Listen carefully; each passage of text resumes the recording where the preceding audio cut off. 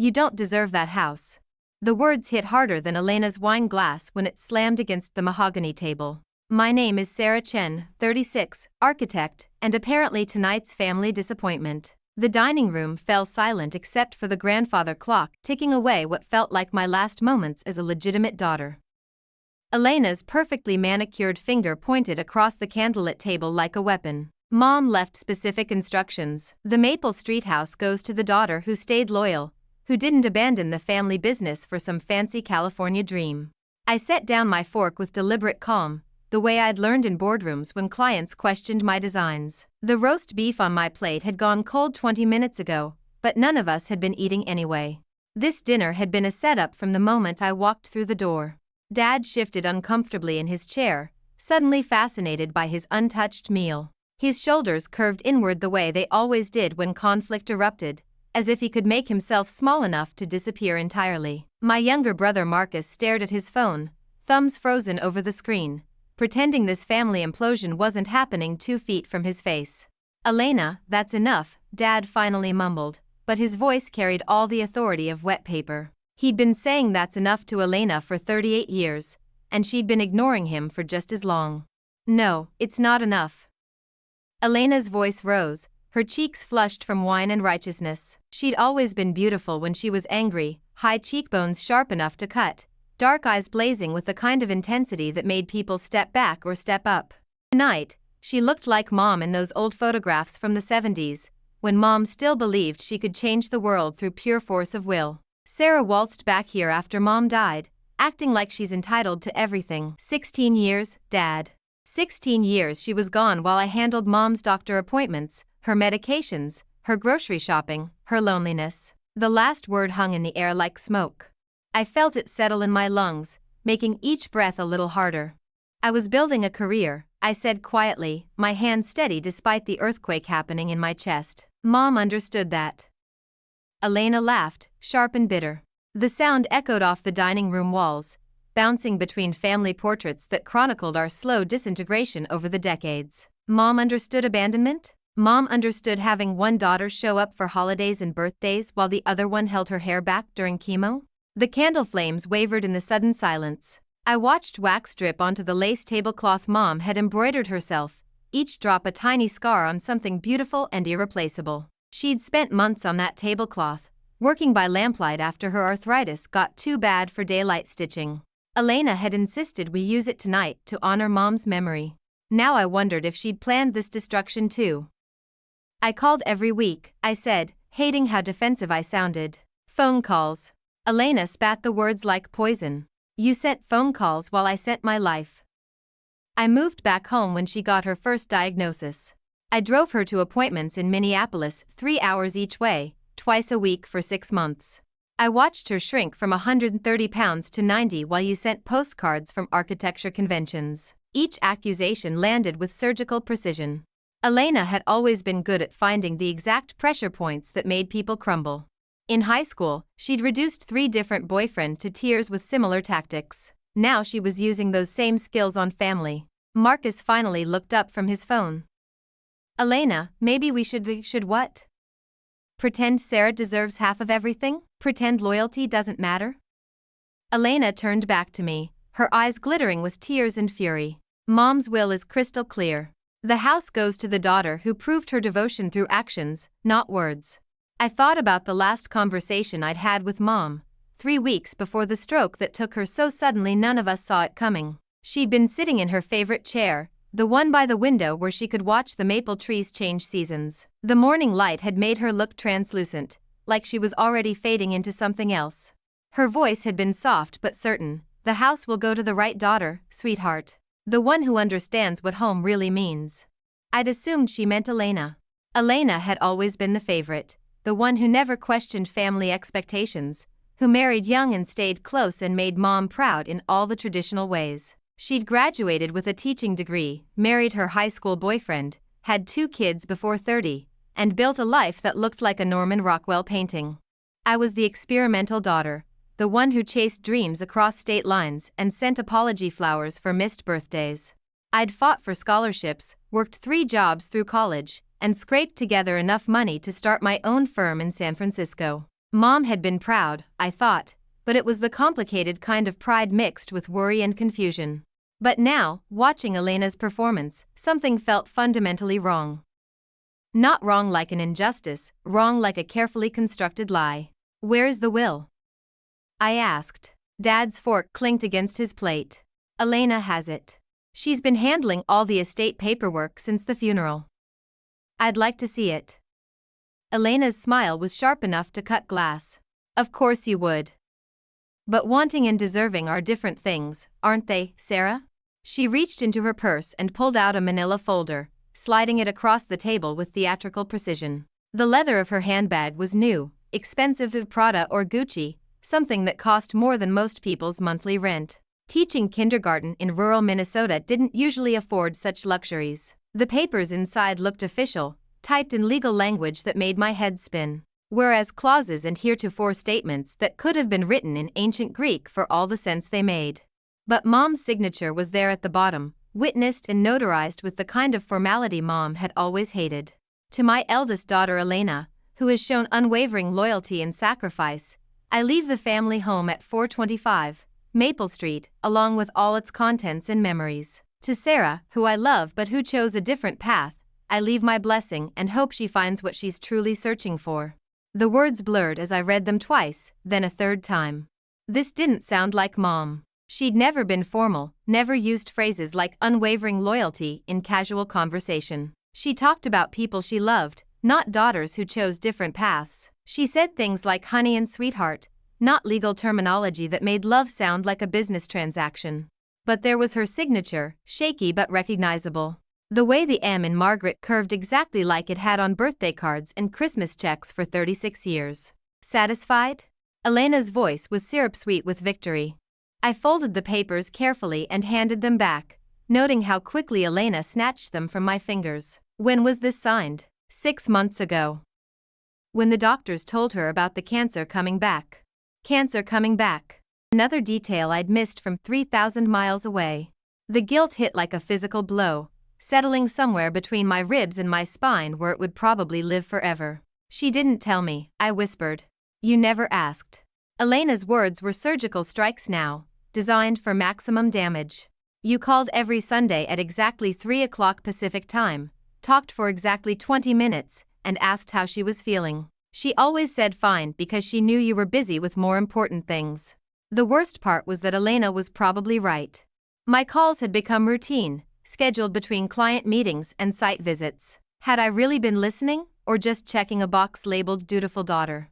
But something in Elena's eyes bothered me, a flicker of something that looked less like grief and more like calculation. She was enjoying this too much, savoring each moment of my humiliation like fine wine. I should get my things from the house then, I said, standing slowly. What things? Elena's voice went sharp again, losing its practiced sweetness. My childhood bedroom. The books I left behind. Mom's jewelry box, she always said I could have her pearls. Everything in that house belongs to me now. Elena stood too, her chair scraping against hardwood like fingernails on a chalkboard. The will says all contents and memories. That includes your old junk. Marcus finally put his phone down completely. Elena, come on. Let Sarah take some personal stuff. Personal stuff? Elena's laugh was ugly now, raw with something that sounded more like rage than grief. She gave up personal when she chose San Francisco over family. She gave up sentimental when she missed Mom's last birthday. She gave up everything when she decided ambition mattered more than the woman who raised her. The room tilted slightly, the way buildings do right before earthquakes. I gripped the back of my chair and looked at my father, hoping for something, support, logic, fairness. But Dad was studying his hands like they might hold answers to questions he didn't want to ask. He'd always been caught between his daughters, trying to love us equally while we pulled him in opposite directions. Elena demanded his attention, I demanded his respect. Elena needed his approval, I needed his understanding. Now he sat there looking older than his 68 years, probably wishing he could disappear into his workshop and let us destroy each other in peace. I'll contest it, I said quietly. Elena's smile spread across her face like spilled wine. With what grounds? With what proof? The will is legal, witnessed, and filed with the county. Mom was of sound mind when she signed it. Dr. Peterson confirmed her mental capacity right up until the stroke. You have nothing. She was right, and we both knew it. I had late-night phone calls and birthday cards and 16 years of loving my mother from a distance. Elena had 16 years of presence, of sacrifice, of earning what I'd simply expected to receive. But as I looked around the dining room, at the family portraits where my smile grew smaller over the years until I disappeared from them entirely, at the table where we'd celebrated holidays when celebration meant something, at the grandfather clock that had marked time for 3 generations of our family, I realized Elena was wrong about one thing. I wasn't satisfied. Not with the will, not with the theatrics, and definitely not with the way she'd waited until tonight, until we were all together for the first time since the funeral, to deliver her verdict like some kind of judge and jury rolled into one perfectly polished package. Mom always said timing reveals truth. And Elena's timing felt like strategy. Have you ever felt like a stranger in the family that raised you? I drove through downtown Millbrook with Elena's voice still echoing in my head, past the hardware store where Dad used to buy nails by the pound, past the diner where Mom would take us for chocolate chip pancakes when we'd been particularly good. Or particularly bad, depending on her mood. The town looked smaller than I remembered, like someone had shrunk it in the wash. Main Street stretched for exactly 4 blocks before surrendering to cornfields that rolled toward the horizon like a green ocean. I'd forgotten how quiet it could be here, how the absence of city noise felt almost aggressive. But I hadn't forgotten the last time Elena had looked at me with that particular smile, the one that said she knew something I didn't and planned to keep it that way. I was 17, home for Christmas break from my first semester at Northwestern. Elena was 21, fresh out of college with her teaching degree and already engaged to Bobby Morrison, the boy who'd been following her around since middle school like a lovesick puppy. She'd been planning their wedding with the intensity of a military campaign, turning our childhood bedroom into command headquarters complete with color-coded binders and fabric samples. Mom had been so proud. Finally, she'd said, one daughter who knows what really matters. I'd been sitting at the kitchen table that December morning, working on scholarship applications, when Elena burst through the back door with tears streaming down her face and Bobby's engagement ring clutched in her fist. He's cheating, she'd sobbed, collapsing into Mom's arms. I found him with Jessica Hartwell at the Christmas party last night. In his truck. They didn't even have the decency to go somewhere private. Mom had gathered Elena against her chest, smoothing her hair the way she'd done when we were children with scraped knees and broken dreams. Oh, sweetheart. Oh, honey, I'm so sorry.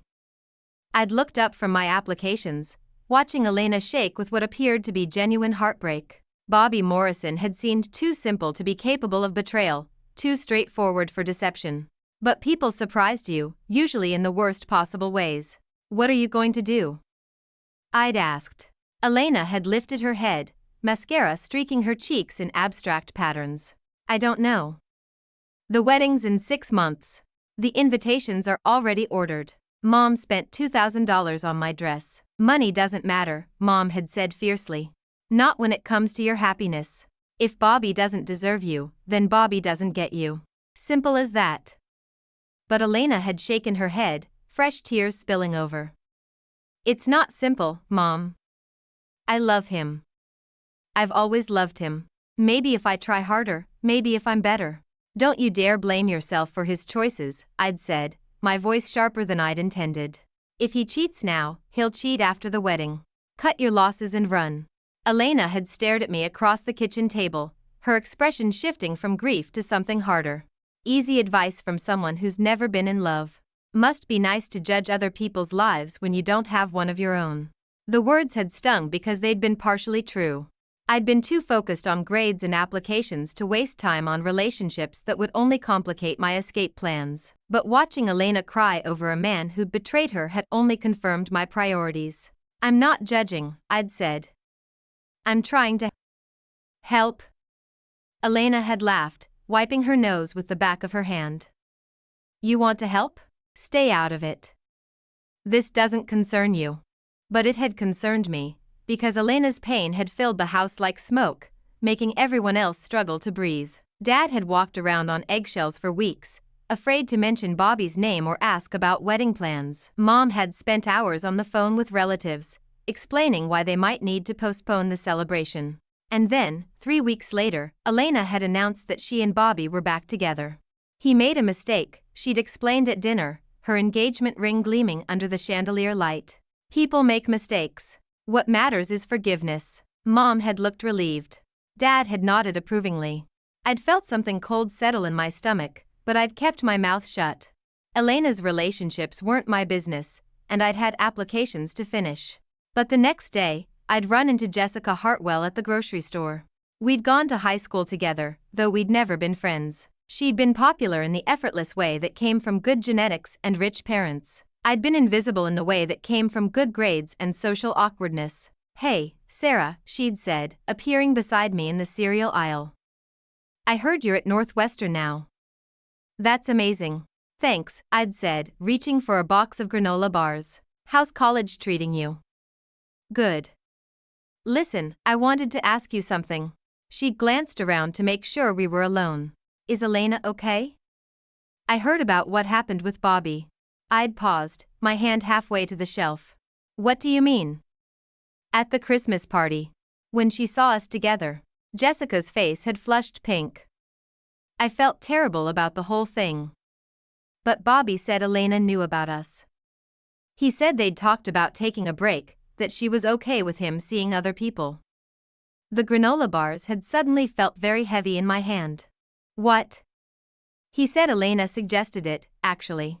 That she needed space to think about what she really wanted." Jessica had shifted uncomfortably.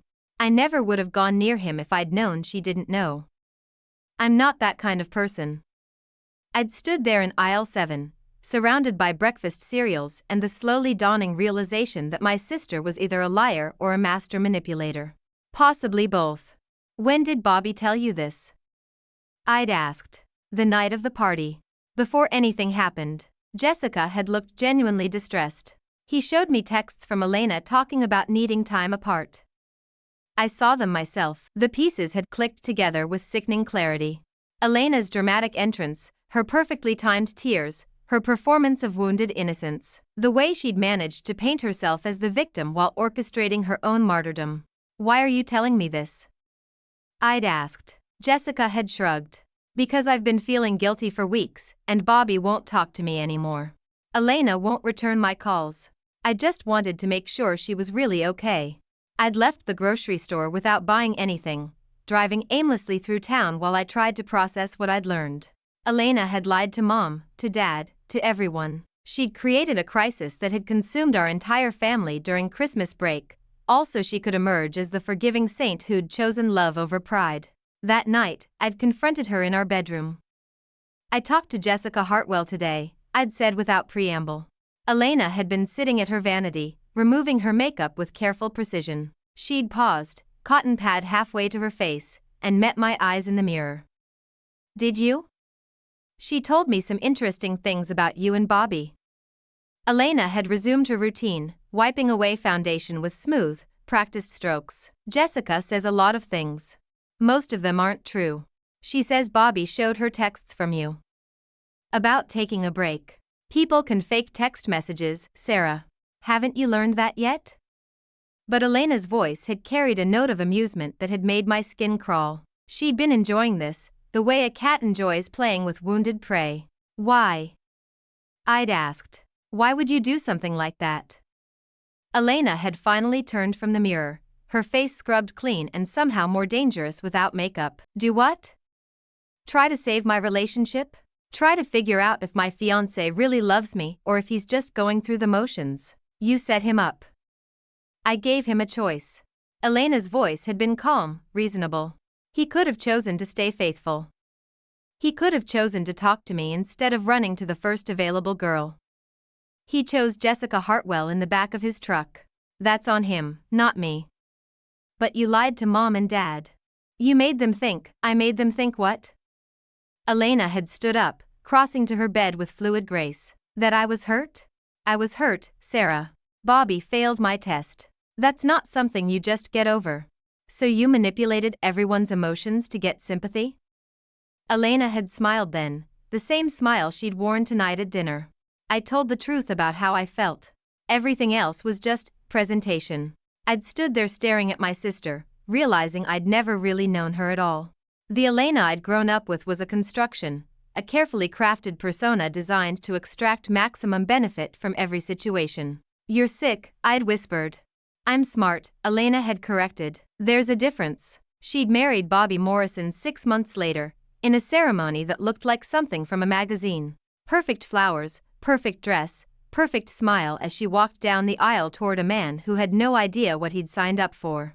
They'd divorced 2 years after that, when Bobby finally figured out that Elena's version of marriage included surveillance software on his phone and detailed interrogations about every female coworker. By then, Elena had already moved on to her next project, convincing Mom she needed to move back home to take care of the family. Now, sitting in my rental car outside the house where I'd grown up, I wondered how many other tests Elena had conducted over the years. How many other situations she'd orchestrated to confirm her worldview that people were fundamentally selfish and needed to be managed accordingly. The Maple Street house looked exactly the same as it had in my childhood, white clapboard siding and blue shutters, a wraparound porch where Mom used to sit with her coffee and watch the seasons change. But knowing Elena controlled it now made it feel different, like a beautiful prison where love came with conditions and loyalty was just another word for manipulation. I turned off the engine and walked up the front steps, fishing the spare key from underneath the ceramic turtle where Mom had hidden it for 30 years. Elena might own the house now, but she hadn't changed the locks yet. Inside, everything smelled like lavender and lemon oil, the way it always had. Mom's presence lingered in every carefully dusted surface, every precisely arranged throw pillow. But something felt wrong, like a song played in the wrong key. I climbed the stairs to the second floor, past family photos that chronicled our shared history in careful chronology. But as I looked closer, I noticed something odd. In several of the pictures, especially the ones from recent years, I'd been cropped out or positioned at the edges, easy to overlook or forget entirely. Elena's touch was subtle but unmistakable, rewriting our family narrative one frame at a time. Have you ever discovered that your entire childhood was someone else's carefully constructed lie? Mom's bedroom door stood slightly ajar, revealing a sliver of afternoon sunlight cutting across hardwood floors. I pushed it open carefully, half expecting to find Elena sitting there like a guardian angel protecting sacred territory. But the room was empty, frozen in time like a museum exhibit dedicated to a life that had ended too soon. Everything remained exactly as Mom had left it. Her reading glasses folded on the nightstand beside a half-finished crossword puzzle. A romance novel splayed open to chapter 12, its pages yellowed at the edges from countless rereadings. The same floral bedspread she'd bought during my sophomore year of college, now faded but still covering the mattress where she'd slept alone for the last decade. Dad had moved to the guest room after Mom's first cancer diagnosis, claiming he didn't want to disturb her rest when she needed it most. The truth was simpler and sadder. Watching someone you love disappear piece by piece requires more courage than most people possess. I sat on the edge of her bed, running my fingers over the quilted pattern she'd stitched herself during long Minnesota winters when conversation came hard and silence felt safer. The fabric held faint traces of her perfume, white shoulders, the same scent she'd worn since I was old enough to remember what mothers were supposed to smell like. Her jewelry box sat on the dresser where it had lived for 30 years, carved mahogany with tiny brass hinges that squeaked when opened. I lifted the lid and listened to the familiar melody, a waltz that had played the soundtrack to countless childhood mornings while she chose earrings and decided how to face another day. The pearls were still there, nested in blue velvet like sleeping tears. She'd worn them to every important occasion, graduations, weddings, funerals, Christmas dinners when she wanted to remind us that some moments demanded respect. They'd belonged to her grandmother, then her mother, a legacy of women who'd understood that elegance was sometimes the only armor available. I lifted the strand carefully, feeling the weight of generations in my palm. Each pearl was slightly different, naturally imperfect in the way that made them valuable. Mom had promised them to me when I turned 16, then again when I graduated college, then once more before I moved to California. But promises and reality had proven to be very different things. Those aren't yours. Elena's voice cut through the afternoon quiet like a blade through silk. I turned to find her standing in the doorway, arms crossed, expression carved from stone. She'd changed from her dinner dress into jeans and a sweater, practical clothes for practical conversations. Mom said a lot of things. Elena stepped into the room, claiming space with the confidence of someone who'd earned the right to be there. But what matters is what she wrote down. What matters is what's legally binding. I set the pearls back in their velvet nest, hearing the tiny click as they settled against each other. I'm not trying to steal anything, Elena. I just wanted to understand. Understand what? Why she changed her mind about me. Elena's expression softened slightly, though whether from genuine sympathy or calculated performance, I couldn't tell anymore. She moved to the window, adjusting curtains that didn't need adjusting, buying time for careful thought. She didn't change her mind, Elena said finally. She just started seeing things more clearly. Distance has a way of clarifying priorities. I called every week. Phone calls aren't presents, Sarah. They're just guilt management disguised as love. The words stung because they contained enough truth to hurt. I had used those Sunday conversations as spiritual penance, 20 minutes of daughterly duty that allowed me to feel connected without actually being available. I sent money when she got sick, I said, hating how defensive I sounded. I offered to pay for private nurses, better doctors, experimental treatments. You offered to throw money at a problem that required time. You offered to hire strangers to do what family should do. Elena turned from the window, her dark eyes reflecting afternoon light. Mom didn't need your charity. She needed your presence. So you've been planning this conversation for how long? Elena smiled, the expression small and sad rather than triumphant. I've been thinking about fairness for 16 years. About what people deserve versus what they expect. About the difference between loving someone and actually showing up for them.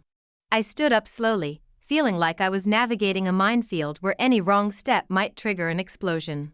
Elena, I know I wasn't perfect. I know I made mistakes. But completely cutting me out of her will? That doesn't sound like Mom. Doesn't it? Elena moved to the dresser, running her fingers over the jewelry box's carved surface. Remember when you missed her 60th birthday because of that conference in Portland? Remember when you couldn't come home for Christmas 2 years running because you were too busy establishing your career? Remember when she asked you to be her maid of honor at Dad's second wedding and you said you couldn't take time off work? Each memory hit like a physical blow. I'd forgotten how good Elena was at weaponizing the past, turning shared history into evidence for the prosecution. Dad didn't have a second wedding, I said quietly, because Mom died before he could work up the courage to ask for one. Elena's voice carried no accusation, just factual sadness. But she knew he wanted to try again. She could see him getting lonely, see him starting to look at other women the way widowed men do when they realize they're not built for solitude. That's not my fault. Isn't it? If you'd been here, if you'd been part of their daily lives, maybe she wouldn't have felt so expendable. Maybe she would have believed she was worth fighting for instead of just gracefully stepping aside for whatever came next. I felt the conversation shifting into territory I didn't recognize, emotional landscapes that had been mapped while I was 3,000 miles away. Elena was painting a picture of family dynamics I'd never witnessed, decisions made in my absence that had shaped everything I thought I knew about home. What are you saying? I'm saying Mom spent the last 5 years of her life preparing to be forgotten. Cleaning out closets, organizing photo albums, writing letters she never sent. Elena opened the jewelry box, letting the waltz play for a few bars before closing it again. She was trying to make her exit as convenient as possible for everyone else. Especially you. That's not what I wanted. But that's what you got. A mother who loved you enough to let you go completely, who never demanded more than you were willing to give, who died quietly without disrupting your important California life. The accusation hung between us like smoke, bitter and impossible to clear. I wanted to argue, to defend my choices, to explain that building a career required sacrifice and distance wasn't the same as abandonment. But standing in Mom's bedroom, surrounded by evidence of a life I'd observed rather than shared, my justifications felt hollow. So what do you want from me? I asked. I want you to accept reality. Elena closed the distance between us, her voice dropping to something almost gentle. I want you to understand that actions have consequences, that love requires presence, that you can't build relationships on good intentions and long-distance phone calls. And the house? The house goes to the daughter who earned it. Who sacrificed for it? Who was here when it mattered? Elena reached past me and picked up the strand of pearls, holding them up to catch the light. These belong to the daughter who sat with Mom during chemo treatments, who held her hand during the bad nights, who was present for the conversations that mattered. I watched my sister examining our grandmother's pearls like a jeweler appraising their worth. Her movements were precise, careful, reverent. She'd always been good at handling precious things, at understanding their value and treating them accordingly. I could contest the will, I said again, though with less conviction than before. You could try. Elena replaced the pearls gently, closing the jewelry box with deliberate care. But you'd lose. And you'd destroy what's left of this family in the process. Dad's already choosing sides, and Marcus follows whoever seems strongest. Is your pride worth that much damage? The question hit its target perfectly. Elena had always understood that my weakness wasn't greed or entitlement, it was the desperate need to be right, to have my choices validated, to believe that distance could be overcome by good intentions. But looking around Mom's preserved bedroom, I realized Elena might be offering me something unexpected, an exit strategy that preserved everyone's dignity while acknowledging uncomfortable truths about the choices I'd made. What if I don't fight it? I asked quietly. Elena's smile was almost genuine this time, touched with relief and something that might have been affection. Then you go back to California with your memories intact. You remember a mother who loved you unconditionally instead of one who died disappointed. You keep the family mythology instead of exposing how much it cost to maintain. Have you ever been offered peace at the price of admitting you were wrong all along? I left Elena standing in Mom's bedroom and walked down the hallway toward my old room, each step echoing against hardwood floors that had witnessed 36 years of my comings and goings. The door was closed, which seemed appropriate for a space that had been sealed off from my life like everything else in this house. The room looked exactly as I'd left it 18 years ago, frozen in teenage amber. Concert posters covered the walls, Alanis Morissette, Radiohead, bands whose angst had soundtracked my desperate need to escape small-town suffocation. My desk sat beneath the window where I'd spent countless hours working on scholarship applications, each essay a calculated step toward freedom. But something felt different. Small things were missing: my favorite books, the framed photo of me and Mom at my high school graduation, the jewelry box she'd given me for my 16th birthday. The room had been subtly stripped of anything that proved I'd actually lived here. I opened the closet and found it empty except for a few old sweaters that must not have seemed worth removing. The dresser drawers contained nothing but lavender sachets and faded liner paper. Elena had been methodical in her erasure, leaving just enough to maintain the illusion while removing everything with actual value or meaning. My laptop bag sat on the bed where I'd dropped it earlier. I pulled out my phone and called Dad. Sarah? Everything all right?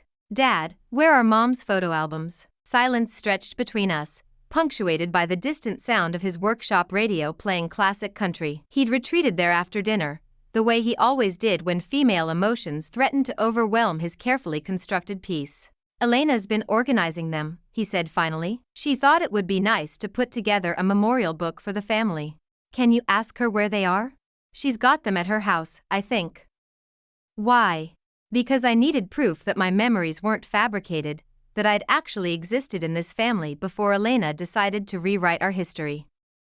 But I couldn't say that to Dad without sounding paranoid. I just wanted to look through them. For closure. I'll ask her to bring them by tomorrow. Will that work? Sure, Dad. That's fine. I hung up and sat on the edge of my childhood bed, staring at walls that had once been covered with my dreams and ambitions. Now they felt like museum displays dedicated to someone who'd never really mattered. My phone buzzed with a text message from an unknown local number. Check the basement. Behind the water heater. I stared at the screen, reading the message 3 times before it registered. Someone was trying to tell me something, and they didn't want Elena to know about it. The basement was accessible from outside through storm doors that Dad never locked, had never needed to lock in a town where the biggest crime was teenagers drinking beer behind the grain elevator. The basement smelled like concrete and old wood, decades of Minnesota winters trapped in stone walls that had witnessed the rise and fall of 3 generations. Dad's workshop occupied one corner, tools organized with military precision despite his apparent disorganization everywhere else. Mom's canning supplies lined metal shelves, mason jars waiting for summer vegetables that would never come. The water heater stood in the far corner, a white metal cylinder that had been replaced twice in my lifetime. Behind it, wedged between the unit and the wall, someone had taped a manila envelope to the concrete blocks. I pulled it free carefully, noting that the tape was new, applied recently enough that it peeled away without resistance. My name was written across the front in Mom's familiar handwriting, though shakier than I remembered. Inside were 3 items that made my breath catch: a cassette tape labeled "For Sarah, in case something happens," a handwritten letter on Mom's personal stationery, and photocopies of bank statements showing regular withdrawals over the past 2 years. I climbed the stairs slowly, envelope clutched against my chest like armor against whatever truth waited inside. The house felt different now, charged with secrets that had been hidden in darkness until that mysterious friend decided it was time for light. Back in my childhood room, I unfolded the letter first. Mom's handwriting filled 2 pages, words I'd never seen before expressing thoughts she'd never shared. "My dearest Sarah, if you're reading this, something has happened to me and Elena has taken control of the situation the way she always does. I'm writing this because I need you to know the truth before she rewrites it completely. I never changed my will. The document Elena showed you is fake, created with help from her friend Jessica, who works at the bank and knows how to make things look official. The real will is in my safety deposit box at First National, key taped under the kitchen sink. Box 247. Elena has been taking money from my accounts for 2 years, telling me it's for household expenses while she lives in her own house with her own income. The bank statements are attached. I've been too tired to fight her, too sick to manage my own finances, too afraid of losing the only daughter who still visits regularly. I love Elena, but I also see her clearly now. She measures love and control, in making people need her whether they want to or not. She's been telling me stories about you for years, that you're too busy for family, that you only call out of obligation, that you've built a life that doesn't include us. Some of it felt true enough that I believed it. But then you called about my birthday last month, upset that you'd missed it, not knowing that Elena never told me you'd tried to send flowers. You called about Christmas, not knowing Elena had told you Dad didn't want houseguests this year. You called about my doctor appointments, not knowing Elena had been filtering my messages to make sure you stayed concerned but not too involved. She's been managing both of our relationships with each other, playing telephone with our emotions. I think she believes she's protecting me from disappointment, protecting you from obligation. But mostly she's protecting herself from sharing the attention she's worked so hard to monopolize. The tape contains conversations she doesn't know I recorded. She talks differently when she thinks no one is listening, admits things about her plans for my estate, about how she's been preparing for my death by organizing my affairs without permission. I don't have much time left to fix this, sweetheart. The cancer is back and moving faster than anyone expected. But I need you to know that I never stopped loving you, never stopped being proud of what you've built, never stopped hoping you'd come home not because you had to, but because you wanted to. The house should go to both of you equally. That was always my intention.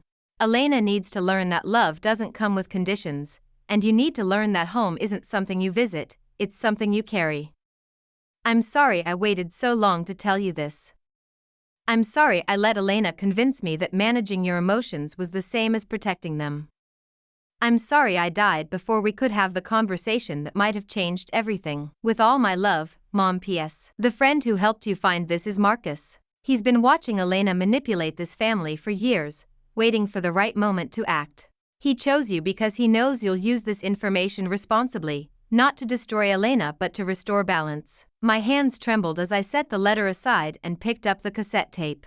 I hadn't seen one in years, but I remembered Dad's old radio in the workshop had a tape deck. The bank statements showed exactly what Mom had described: regular withdrawals of increasing amounts, always with Elena's name as the authorized user. The evidence was overwhelming, damning, and heartbreaking. Elena hadn't just stolen my inheritance, she'd stolen years of honest communication with my mother, creating artificial distance and feeding both of our insecurities until we'd stopped trusting our own instincts about each other. But the tape would contain the real proof, Elena's own words revealing her true intentions. Whatever was recorded there would either confirm Mom's accusations or prove that grief and illness had distorted her perception of reality. Either way, I needed to hear it. I needed to understand exactly how deep Elena's manipulation had gone, and whether the sister I'd grown up loving had ever really existed at all. Have you ever discovered that your entire family history was a carefully constructed fiction? Dad's workshop smelled like sawdust and motor oil, familiar scents that had meant safety when I was a child hiding from Elena's theatrical outbursts. His radio sat on the workbench exactly where it had for 20 years, covered in a thin layer of dust but still functional. The cassette deck opened with a mechanical click that seemed unnaturally loud in the basement quiet. I inserted Mom's tape and pressed play, my finger hesitating over the button like I was detonating something that couldn't be undone. The first few seconds contained nothing but static, then Mom's voice emerged, weak but clear. "Elena, honey, I don't understand why you need access to my investment account. The household money should be enough for groceries and utilities." "Mom, you're not thinking clearly." Elena's voice was patient, patronizing in the way people used when talking to children or the elderly. "Your medical bills are going to be enormous. We need to consolidate your assets now, while you can still make rational decisions." But Sarah sent money for the medical expenses, enough to cover everything the insurance won't. Sarah sent guilt money. "Mom. She throws cash at problems because it's easier than actually dealing with them. Do you really want to depend on someone who sees you as a financial obligation?" The conversation continued for several minutes, Elena systematically dismantling Mom's confidence in her own judgment while positioning herself as the only reliable daughter. But what struck me wasn't the manipulation itself, it was how practiced Elena sounded, like she'd had this conversation many times before. The tape jumped forward, clearly edited to capture different moments. Mom's voice again. "I tried calling Sarah yesterday about the test results, but she didn't answer. I left 3 messages. She's probably in meetings." Elena's tone was dismissive. "You know how she is about work.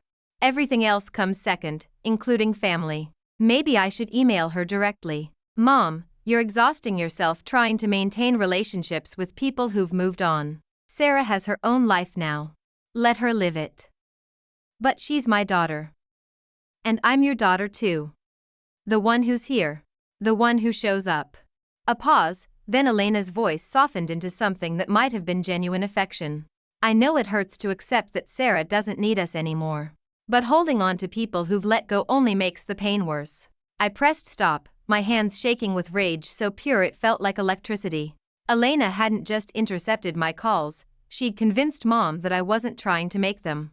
She'd created artificial silence on both sides, making each of us believe the other had stopped caring. The final section of the tape was the most damning. Elena's voice, unguarded and calculating. "Once Mom's gone, I'll have complete control of the estate. Sarah won't contest anything because she's too guilty about not being here. She'll take whatever crumbs I offer and disappear back to California with her tail between her legs." Another voice, female, unfamiliar. "What if she demands to see the original will?" "There is no original will, Jessica. I've been drafting documents for 2 years, getting Mom to sign papers she thinks are medical forms or insurance updates. By the time she realizes what's happening, she'll be too sick to fight it." "Elena, this is fraud.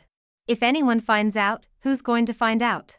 Dad doesn't pay attention to legal documents. Marcus is too busy with his video games to notice family business. And Sarah only cares about money when it affects her directly. But the safety deposit box will contain exactly what I want it to contain. I've had access to Mom's key for months. I can control what Sarah finds and when she finds it." Jessica's voice sounded uncertain. "This feels wrong. Wrong is letting someone inherit something they didn't earn. Wrong is rewarding abandonment while punishing loyalty. Wrong is pretending that love from a distance counts the same as love that shows up every day." The tape ended with a sharp click. I sat in the basement workshop, surrounded by Dad's tools and the echo of Elena's voice, feeling like I'd just watched my entire family history collapse into deliberate fiction. But underneath the rage, something else was building: clarity. For the first time in years, I understood exactly what I was dealing with. Elena wasn't just a grieving sister protecting her share of inheritance. She was a predator who'd spent 2 years systematically isolating our dying mother while positioning herself as the only source of love and support available. My phone buzzed with a text. "Did you find what you needed?"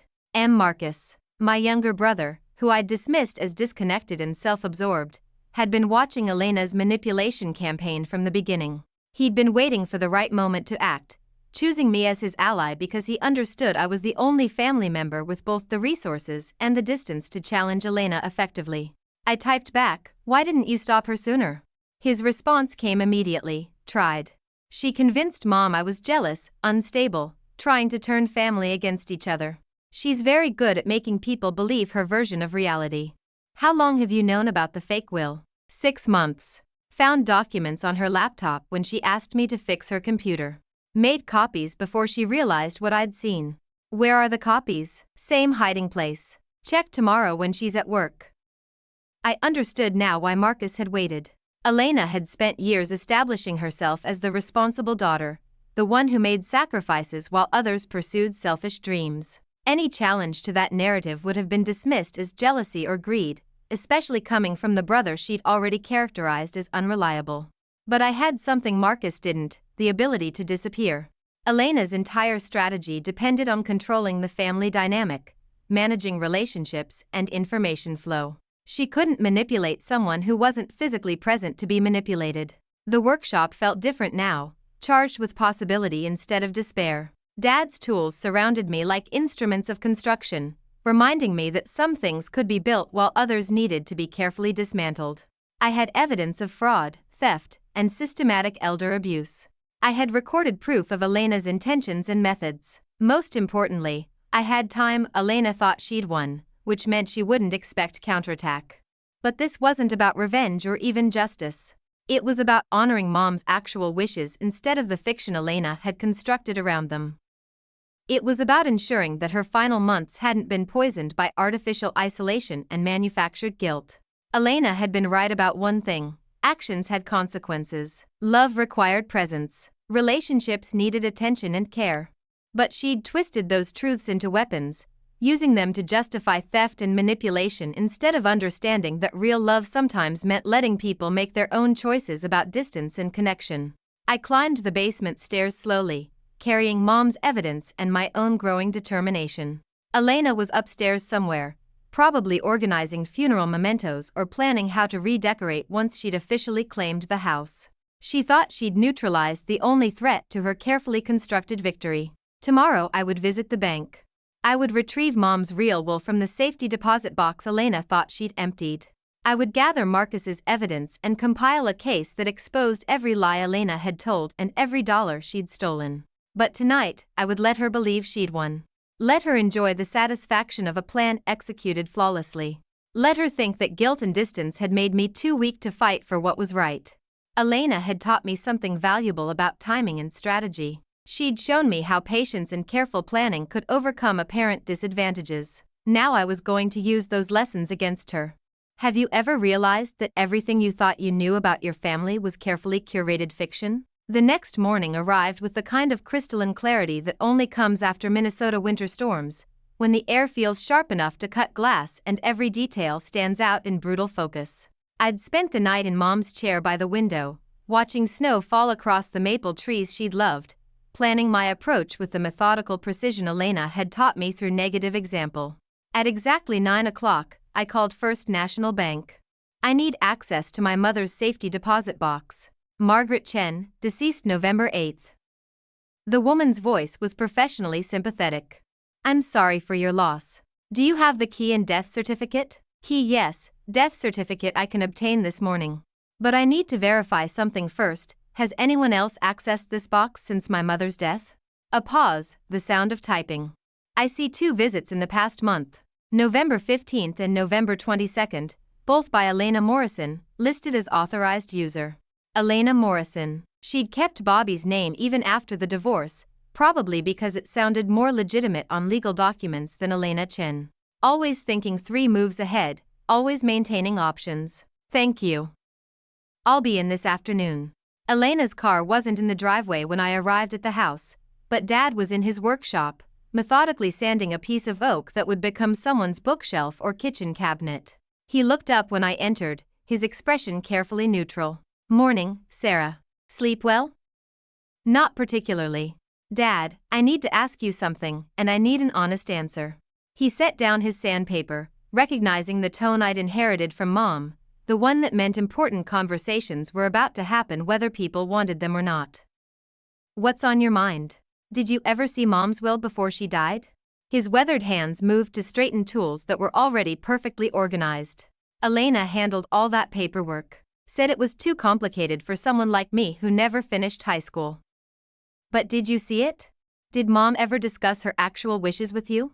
Dad was quiet for a long moment, the kind of silence that meant he was weighing truth against convenience. Finally, your mother mentioned several times that she wanted the house split between you girls. Said it wouldn't be fair any other way, since you'd both grown up there. But Elena says a lot of things. His voice carried decades of careful diplomacy. Some of them are even true. I pulled out Mom's letter, unfolding it slowly. Dad, I need you to read this. And then I need you to help me understand what really happened here. He read in complete silence, his expression shifting from confusion to recognition to something that looked like relief mixed with shame. When he finished, he folded the pages carefully and handed them back. How long have you known? I asked. Known is too strong a word. Suspected, maybe. Worried about. He picked up a different piece of wood, examining its grain like it might contain answers. Elena's always been intense about family. About making sure people understood their place in the hierarchy.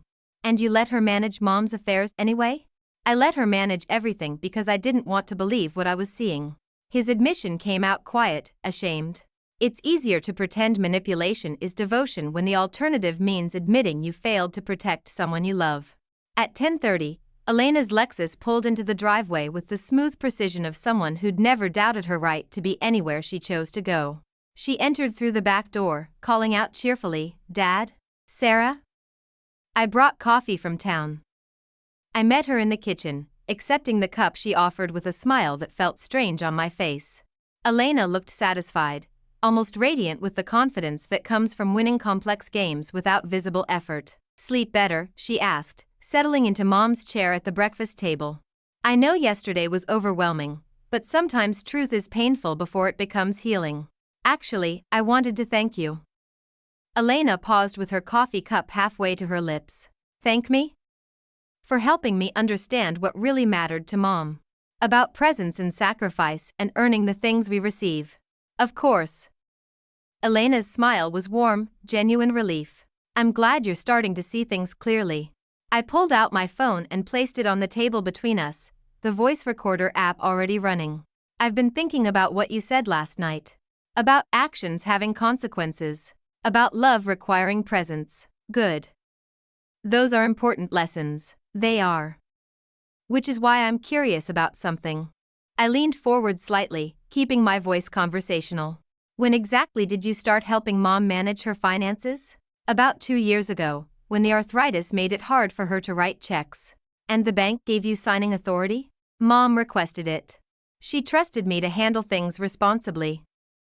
I nodded thoughtfully. That makes sense. Though I'm confused about some of the account activity. The statements show regular large withdrawals, but Mom's expenses should have been mostly covered by insurance and the money I was sending. Elena's coffee cup clicked against its saucer as she set it down. Medical expenses are more complicated than you realize, Sarah.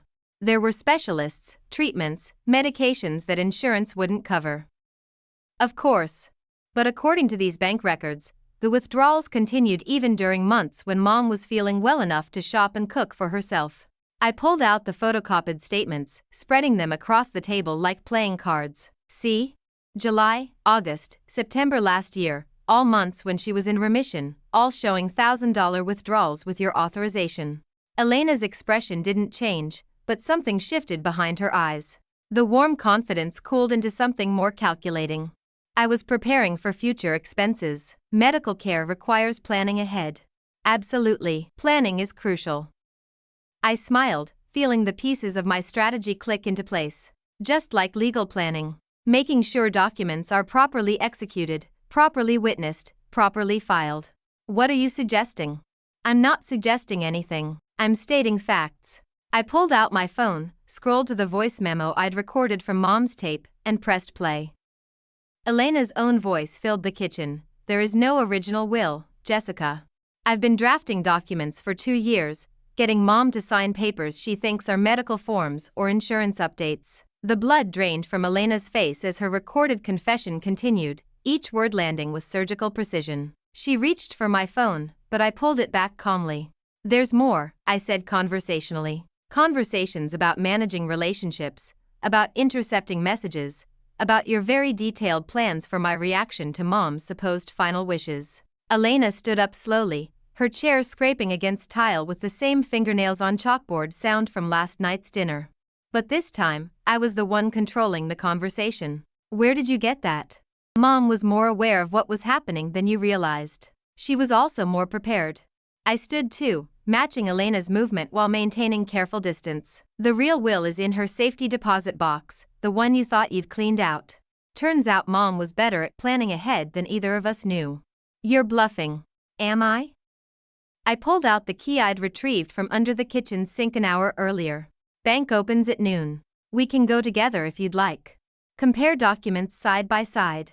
Elena stared at the key like it was a snake preparing to strike. Her carefully constructed victory was unraveling in real time, each thread pulling loose to reveal the fraud underneath. What do you want? She asked finally. I want Mom's real wishes honored.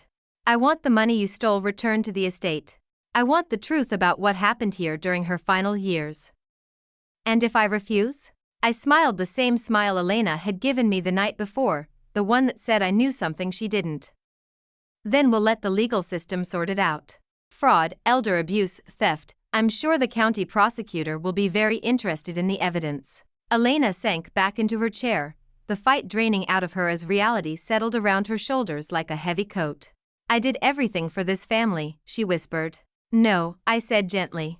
You did everything to this family. There's a difference. Have you ever watched someone realize their perfectly executed plan was actually a house of cards? The safety deposit box contained exactly what Mom had promised, her real will, handwritten in the careful script she'd preserved despite arthritis, witnessed by her doctor and the bank manager on a Tuesday afternoon when Elena had been at school teaching kindergartners about honesty and sharing. The document was simple, clear, and devastatingly different from Elena's fabrication. The house was to be divided equally between both daughters. Mom's jewelry went to me. Her savings account, what remained after medical expenses, was split evenly. But the final paragraph contained words that cut deeper than any legal language. I leave this inheritance not as reward for perfection, but as recognition that love takes many forms. Elena's devotion has been unwavering, sometimes to the point of suffocation. Sarah's independence has been necessary, sometimes to the point of absence. Both daughters have loved me according to their nature. Both deserve recognition for who they are, not punishment for who they aren't.